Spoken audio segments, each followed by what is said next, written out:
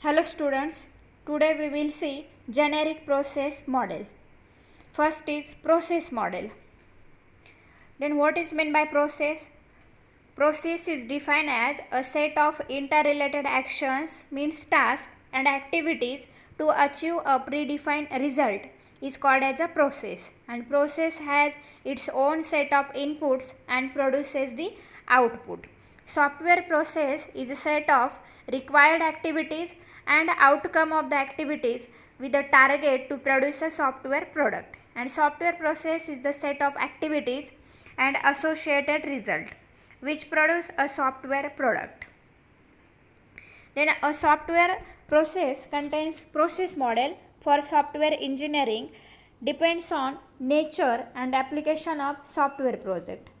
A process model is a blueprint of how to organize, implement, conduct and manage software engineering processes in an organization with an established validated process system and good practices. In generic process framework including 5 main activities as shown in this figure.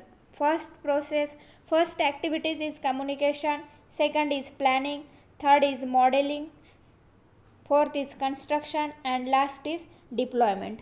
These activities depends on depends on second is depends on third, as like.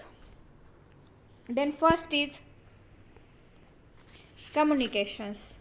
Communication, it involves communications among the customer and other stakeholder, encompasses requirements gathering. That means software development starts with communications between customer and developers. This communications occurs between customers and developer. Then second is planning. It consists of complete estimation and scheduling for project development and tracking. In this planning phase, establish a plan for software engineering work, addresses technical task, resources, work product and work schedule. This is the plan. Then third is modeling. Modeling consists of complete requirement analysis and the design of project like algorithm, flowcharts, etc. This modeling means analyze and design purpose. It encompasses the creation of models to better understand the requirements and designing. When we want to design these activities, this modeling, then we can use algorithm, flowcharts, etc. This algorithm is step-by-step solution of the problem and flowcharts shows a complete flow diagram of the programs. Then fourth step is constructions. Constructions means coding and testing. Constructions consist of code generation and testing part. Coding part implements the design details using an appropriate programming languages. And testing purpose is to check whether the flow of coding is correct or not. Testing is also check program provide desired output. Then in this page combines code generation and testing to uncover the errors. Then last page is deployment. It involves delivery of software to the customer for evaluation and feedback purpose. Deployment step consists of delivering the product to the customer and take a feedback from them.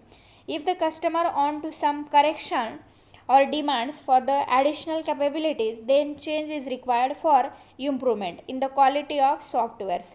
This is the deployment phase. These 5 phases included in process framework activities.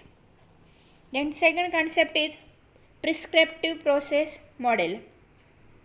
In prescriptive process model, name prescriptive is given because the model prescribes a set of activities, action, task, quality assurance and change the mechanism for every project. There are various types of prescriptive models.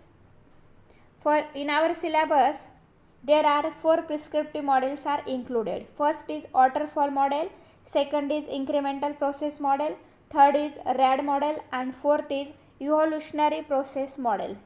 Then first we will see the waterfall model. This is waterfall model.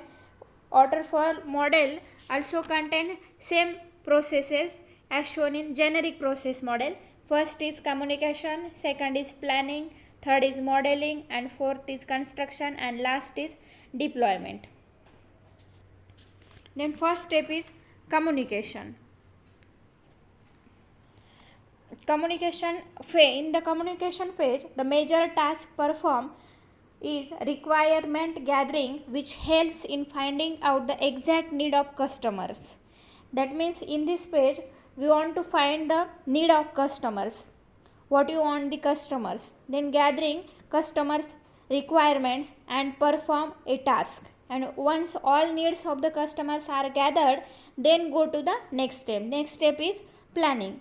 Planning steps major activities like planning for schedule, keeping track of on the process, and estimation related of the projects are done. Planning is even used to find the types of risk involved throughout the project. Then planning describe how technical tasks are going to take place and what resources are needed. That means in this planning phase we want to plan a project. Suppose planning schedule, then planning estimations, planning projects. These steps are included in planning phase. Then third phase is modeling. This is one of the important phase and as a architecture of the system designs. That means modeling means designing purpose, and that means analysis is carried out. Depending on analysis, software model is designed. Different model for software development, creation on requirement gathering in the first phase, and the planning done in the second phase. Then fourth is the constructions. The actual coding of the software is done in this page. Means our any programming language code is done and it tested. Here code and testing purpose in construction page. That means on the basis of model design in modeling phase. So in this page software is actually developed and tested. And last step is deployment. Deployment contains delivery, support and feedback. Deployment phase contains product is actually rolled out or delivered and installed at the customer end, and support is given if required, and feedback is taken from customer to ensure the quality of product. These are the 5 steps contained in waterfall model. First is communication, planning, modeling, constructions and deployment. The waterfall model is also called as a linear sequential model or classic life cycle of model. In this model, each phase is fully completed before the beginning of next page. This model is used for small project. This waterfall model is used for small project, and feedback is taken after each phase to ensure the project is on a right path. Then we will use a small project, then waterfall model is needed. Then advantages of waterfall model. Then first advantages is the waterfall model is simple and easy to understand and implement and use. This is advantage. First advantages, it is simple, easy to understand, implement and use. Then all the requirements are known at the beginning of the project, hence it is easy to manage. Second advantages is easy to manage. Third is it avoid overlapping of phase because each phase is completed at once. That means first phase is completed, then second is started, second is completed, then third is started. That means it avoids overlapping. And last is this model works for small project because the requirements are understood very well. Then this is the advantages of waterfall model. Then disadvantages of waterfall model. This model is not good for complex and object oriented project. That means this project is only useful for small projects. It is not useful for complex projects. That means this is the disadvantages of waterfall model. Second, it is poor model for long project. The waterfall model supports only small projects, so it is not supported by long projects. Then problems with this model are uncovered until the software testings.